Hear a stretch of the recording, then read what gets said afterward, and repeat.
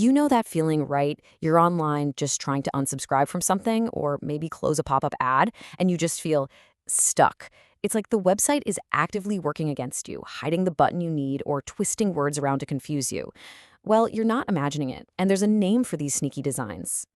Okay, let's dive right into this. Because that feeling of being, well, subtly outsmarted by an app or a website is something we've all gone through, and it is incredibly frustrating. I mean, really think about it for a second. That moment where you click something and then instantly realize, wait a minute, I've been led down a path I did not want to go down. Let's look at some of the usual suspects.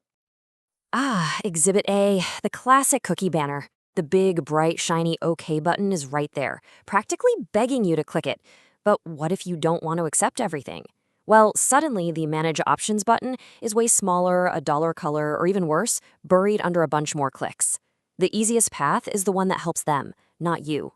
That's by design. And then there's this masterpiece of confusion. Please untick this box if you would prefer not to hear about these. You have to read it like 2 or 3 times just to figure out what you're supposed to do. This isn't just unclear writing, it's a deliberate mental hurdle they've put in your way. And this one uses a totally different tactic. It goes straight for your emotions. To say no to this offer, you can't just click a simple no thanks, nope. You have to click a phrase that's specifically designed to make you feel like you're making a dumb choice. It's a subtle but really powerful psychological nudge. So all these tricks, these guilt trips, these little mazes, they are not just examples of bad design. They have a name, and they're called dark patterns. So this is the official definition from the researchers who are studying this. And the keywords here are maliciously crafted and deceive. This is no accident. It's a deliberate strategy to get you to do something you didn't intend to, all for someone else's benefit. Whether that's getting your data, your subscription, or just keeping you on a page longer to boost their numbers. Now, what's really fascinating is how this table breaks down the methods of deception. We just saw asymmetry with that cookie banner, right? One choice is way easier. We saw deception with that confusing checkbox. Information hiding, that's when surprise fees pop up at the very last second of checkout. And covert is when you don't even know you're being influenced. These are the basic building blocks of digital manipulation. So now let's see how those building blocks come together to form specific named patterns. Think of this as like a rogues gallery of the most common offenders you're going to bump into online. First up, we have false hierarchy. This is all about visual trickery. The designer uses size, color, and placement to make their preferred option just pop off the screen, making it look like the only real choice you have. And here's a perfect example from a mobile app. Your eye goes straight to that big, bold install button. It takes you a second of real, conscious effort to even find the tiny grayed-out close button. The whole design is screaming install while just whispering close. Okay, next up is a pattern that basically weaponizes social pressure and your own emotions against you.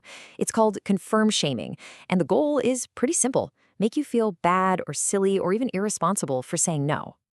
We actually saw this one earlier with that Amazon Prime pop-up.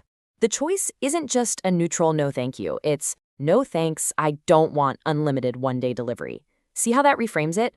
It makes you feel like you're turning down something that's obviously amazing, which makes you second-guess yourself.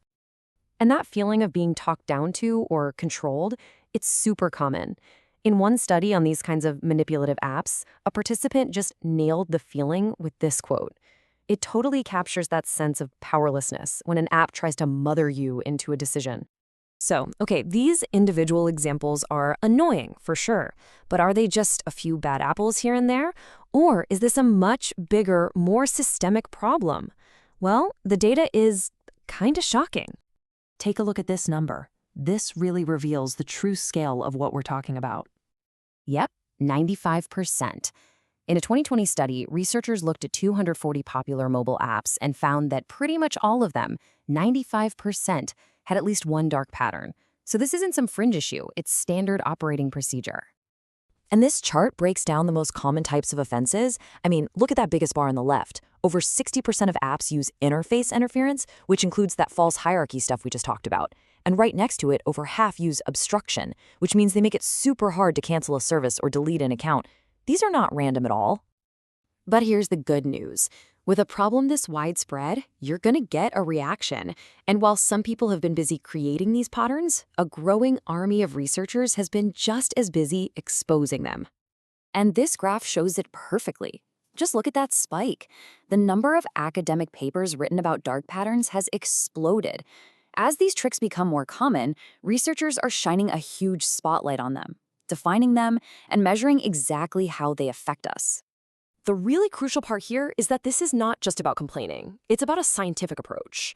Researchers are building these incredibly detailed frameworks, like the DPAF you see here, to systematically map out how these tricks work. And by doing that, they're creating a shared language to classify them.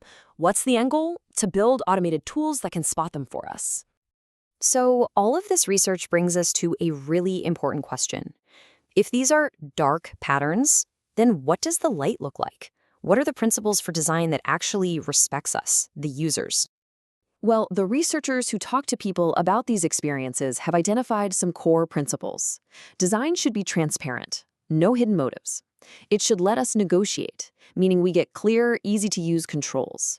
It shouldn't patronize us. And most of all, it has to respect our personal boundaries and not try to trick or guilt us into anything. This is basically the blueprint for a better, more ethical web. So we've gone from just having that vague, I think I got tricked feeling, to being able to name the culprits: false hierarchy, confirm shaming, and all their sneaky cousins. We've seen just how common they are, but also how a dedicated community is fighting back. You know, the first and most powerful step in resisting manipulation is just being able to recognize it. So I'll leave you with this question.